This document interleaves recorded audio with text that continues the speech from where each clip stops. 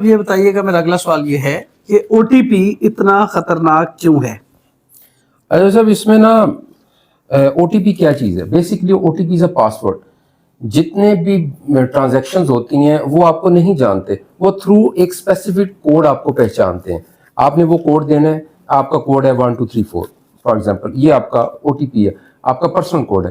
آپ نے بینک کو یہ کوڈ جب ان کی سیلف جنریٹڈ سسٹم میں ڈالنا ہے تو وہ ساری ٹرانزیکشن آپ کے سامنے اوپن ہو جائے، کیونکہ یہ ایک وہ اکثر کہتے ہیں کہ اس کو آپ نے خفیہ بھی رکھنا ہے.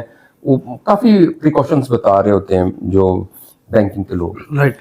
تو یہ ہوتا کیا ہے؟ بیسکلی یہ ایک خفیہ نمبر ہے، ایک پاسورڈ ہے، اور ایک آپ کی ڈیجیٹل آپ کی آئیڈینٹی ہے. یہ جو this is between you and your app and your bank.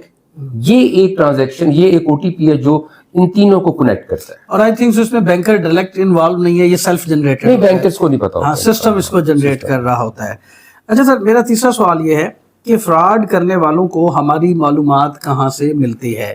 اچھا، اسے کیسے پتہ چلتا ہے کہ میرا کیا نام ہے، میرے بینک اکاؤنٹ نمبر کیا ہے میرا، اور ای ٹی سی بہت ساری اس کے پاس انفارمیشن ہوتی ہے. تو یہ ایک بڑا کامن سا سوال ہے جو عام لوگ بھی پوچھتے ہیں کہ میری معلومات اس تک کیسے چلی گئی؟ اچھا، یہ بڑا سینسٹیو کوشچن بھی ہے. ظاہر بات ہے، بندہ ایک لیمن سوچتا ہے یار میرے والد کا نام، میری والدہ کا نام، میرا آئی ڈی کارڈ نمبر، میرا موبائل نمبر، میرے بینک کا ان کے پاس کیسے آ گیا؟ یار یہ کوئی ہارڈ اینڈ فاسٹ اس کا کوئی رول نہیں ہوتا. یہ آپ کئی دفعہ جو فوٹو کاپیئرز ہوتے ہیں وہاں پہ فوٹو کاپی آپ کا آئی ڈی ہو رہا ہوتا ہے، کوئی روٹین میں اس طرح سے چیزیں ہو جاتی ہیں. کوئی بینک کا کئی دفعہ عملہ جو کرپٹ ہوتا ہے، سارے نہیں، جو چھوڑ بھی چکے ہوتے ہیں یا جن کے پاس آپ کا ڈیٹا ہوتا ہے. اور جو میری نالج ہے، اس پر my knowledge, more than 50 databases ہیں پاکستان میں جن میں آپ کا ڈیٹا سیوڈ ہے، جہاں سے آپ ڈیٹا کو ایکسیس کر سکتے ہیں. اور ظاہری بات، ان ڈیٹا جتنے بھی سٹورز ہیں ان کو رن کرنے والے لوگ ہی ہیں.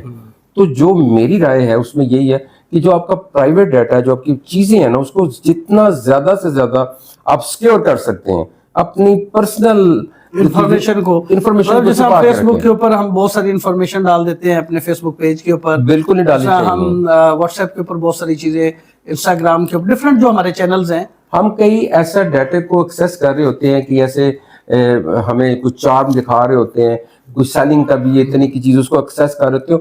وہ جسٹ فرنٹ پہ کچھ ہوتا ہے، بیک اینڈ پہ آپ سے کئی چیزیں وہ مانگ رہے ہوتے ہیں. تو میں یہ سمجھتا ہوں جو ٹرسٹڈ سائٹس ہیں ان کے علاوہ اور ایک لمیٹڈ آپ اپنا جو ہے نا شیئر کریں. اور او ٹی پی آپ نے کسی سے بھی شیئر نہیں کرنا، جو مرضی وہ کرے، کوئی بھی کرتا رہے، کوئی بھی ادارہ ہو، کچھ بھی ہو، کیونکہ اسٹیٹ بینک کی انسٹرکشن ہے کہ او ٹی پی بینک آپ سے مانگ ہی نہیں سکتا. یہ تھرو فراڈولنٹ ایکٹیویٹی ہی یوز ہونا ہے، اس لیے ویری مچ بی کیئرفل جب آپ کو اس طرح کی کوئی کالز آتی ہیں. جی ویورز، آپ دیکھ رہے ہیں قانون کی بات چودھری راشد ایوب کے ساتھ، اور آج ہم بات کر رہے ہیں سائبر کرائم کے حوالے سے.